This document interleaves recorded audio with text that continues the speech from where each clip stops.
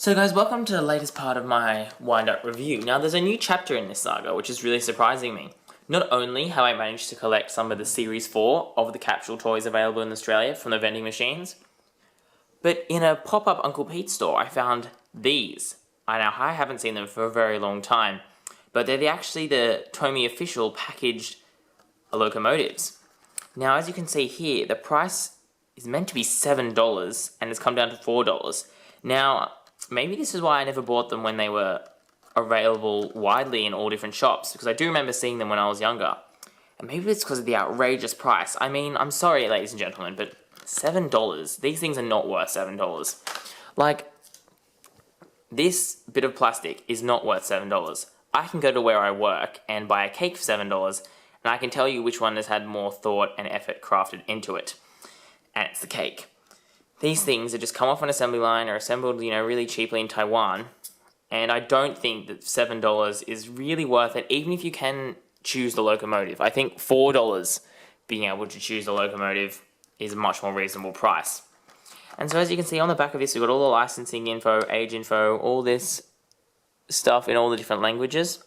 And we've actually got a bit of an assortment of the engines. And if we have a look, we've got Thomas, Percy, James. Now notice that the Percy and James are the same design as they are in the ones that have been released in the gacha, except with the side rods, which is kind of strange. The Thomas has a different face, which I'll show you later.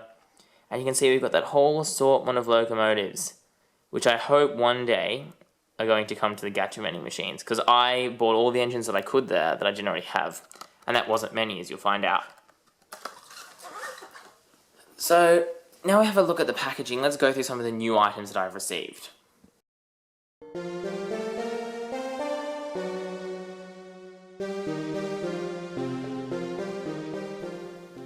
We'll start with Diesel 10. Now as you can see, he's a really interestingly made model. He's got the wheels set back, so he kind of hangs out at the front, but I don't see anything wrong with that. He's got the high level of detailing that we've seen in previous locomotives, and as I've explained in my giveaway video, he does actually feature the moving claw that goes up and down 180 degrees all the way around, as well as actually having the ability to open and close, which I think is really good for play value, because most pinchies, excuse the term, most people probably don't even know he's called pinch anymore, but anyway, most pinchies don't actually allow you to open, close them, and lift them up and down. For example, the wooden railway allows you to go backwards and forwards, but there's no up and down or opening movement. Whereas the large Trackmaster Diesel 10s don't allow you to move the claw, but allow you to open it. So I think this is really kind of what all standards of Diesel 10s should be like, allowing you that up and down movement. Side to side would be lovely, but obviously it's not possible.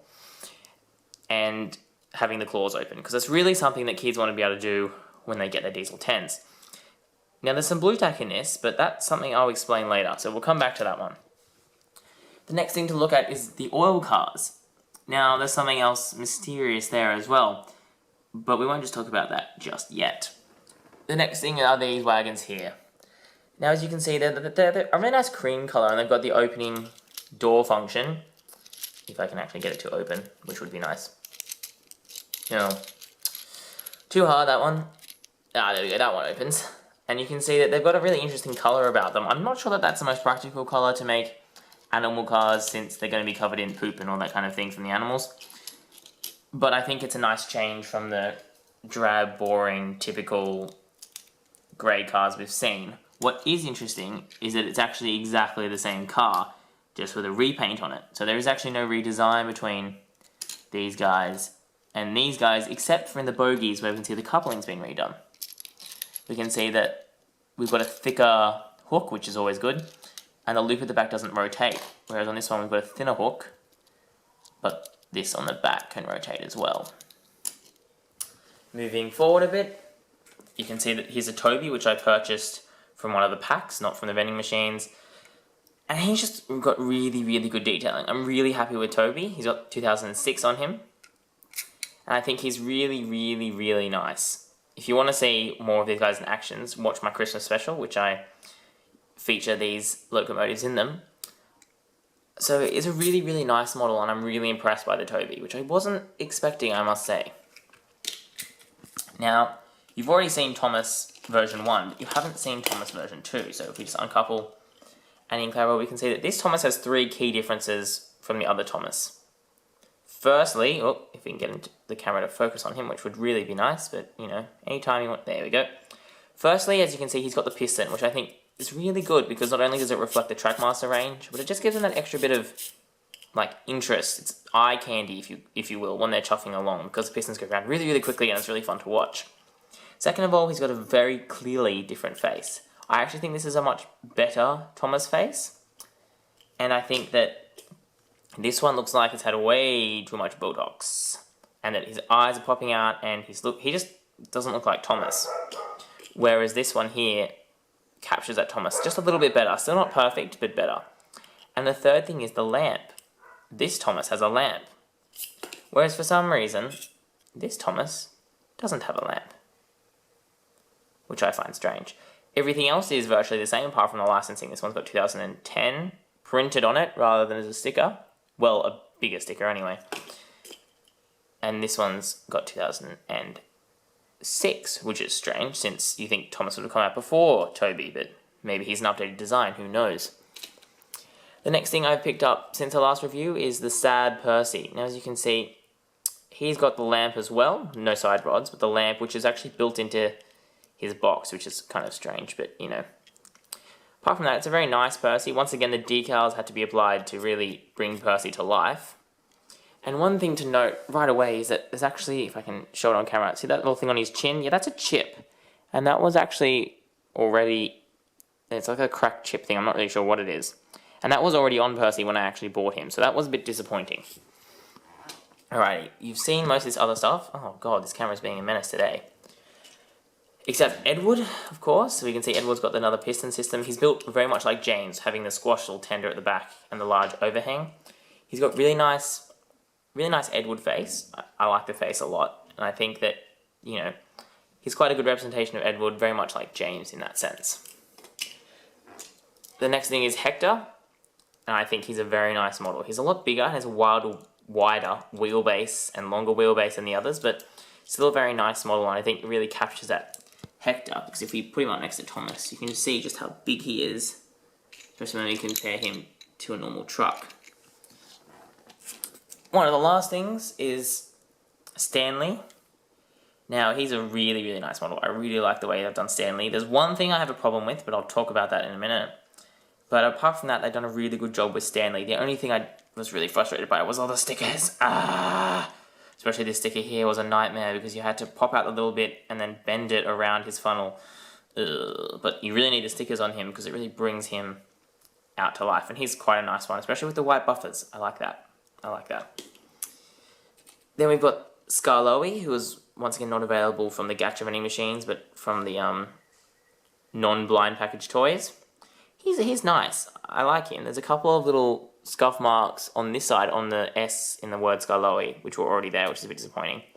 But apart from that, he's really nice. Obviously, he's not to narrow gauge scale because he can't be. But it's good, and this one's got 2006 written on the back as well. I would say it would have been nice to have some little side rods, but I kind of understand why they left them out because he has quite a complex side rod system in the TV series. I think this is the last new item I've received, apart from many turntables. No more turntables! And that's the surprised Annie, which is the same as the normal Annie, except the sticker on the front has her with red cheeks. So you can judge for yourself whether or not you like the things that I've picked up. I personally like all of them quite a lot. But there are a couple of things which kind of made me a bit sad too. And as we can see, there's always things wrong with these sets. So let's have a look at them right now. Okay, well firstly, not something wrong, but you can see the difference between the series. This is Series 3 and this is Series 4 of the oil car. And there's a massive difference in both the way they've designed and the colour in the tank cars. Now this one's got a very different kind of yellow, whereas this one's more of a yellow and this is more of an orange. And it's got that new and improved, if you compare the hook, new and improved hook design, which is a bit thicker. And it, once again, doesn't have the moving hook on the back, loop on the back. See, these ones move and they stick out and liable to break off. I very much agree with the idea. See, this one already is very stiff for some reason. I don't really know why, it just is. I much agree with the idea of having them already firmly attached. So that's not really something wrong, that's just something that I've picked up as a difference in the same way we can see the difference between these two. What was wrong is something was wrong with Diesel 10.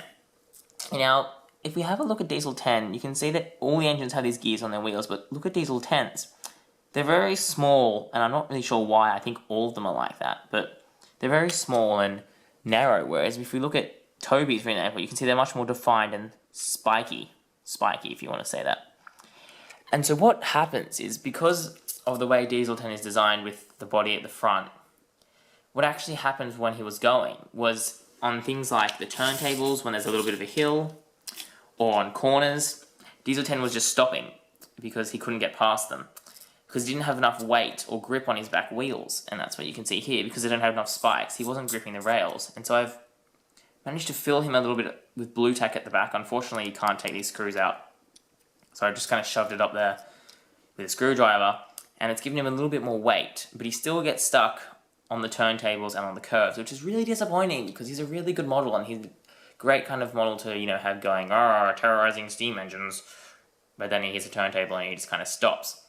So I think that's an issue which I hope isn't just, well, I hope is isolated to mine, but I don't think it is. And so if anyone else has got a Diesel 10, please tell me if he has the same problems, and if he's got these really small gears on his, or teeth on his back wheels. The next issue I've really got is the fact that Stanley and Renee's both have this problem, and it's this. If we put them on the ground, you can see that for some reason the head honchos at TOMY decided that, no, you know what, engines shouldn't be flat, they should be on a slant. So if we bring Renee's in first, let me just move him so he's not too much in the light. And look, there's me in the back of the photo. You can see that he's got a bit of a slant to him, and it's not too bad, but it's just noticeable enough to be like, oh, that's a bit weird. And then you get someone like Stanley out, who's got this huge slant, and it's really kind of unnerving. Because if you look at him from the front, he has this really high front, and it's just odd, and I don't really know what the purpose of doing that was. I don't know why they couldn't have just tightened the screw or shortened this little bit here. So I'm really disappointed by the way they've done that. And I think that, you know, TOMY could have done Stanley better. And I saw that it wasn't just mine, because I saw it in Leo Kim Video's video that it was the same. So there's obviously a railway system-wide problem. But apart from that, I have to say there isn't actually any more faults I found with this series, apart from the constant use of turntables, no more turntables, and the fact that the track continues with its same problem of not sticking together very well. So, with both these new characters' verdicts, and of course these couple of little issues I've found in mind, what is this series worth, and is continued to be worth your collection?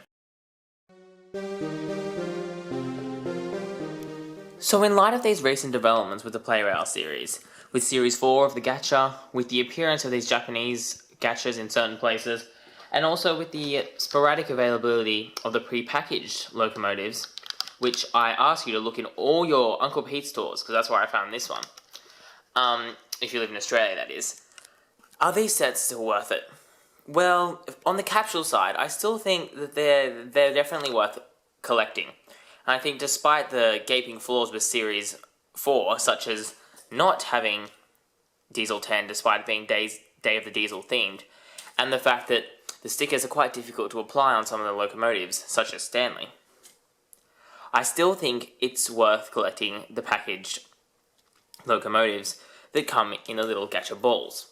However, if I were to see these locomotives for $7, I don't think they'd be worth collecting. Because, I mean, let's face it, one of these locomotives, as I've already explained, is not worth $7. And secondly, the stickers are already applied, which you're thinking, oh yeah, that's fine. But then, if we look at someone like Edward, for example, and we look at the sticker positioning of his cab windows, that's a pretty pitiful job by that person in Taiwan. And that doesn't really impress me. You can see it's a little bit like funny at the back as well. And a bit crooked as well.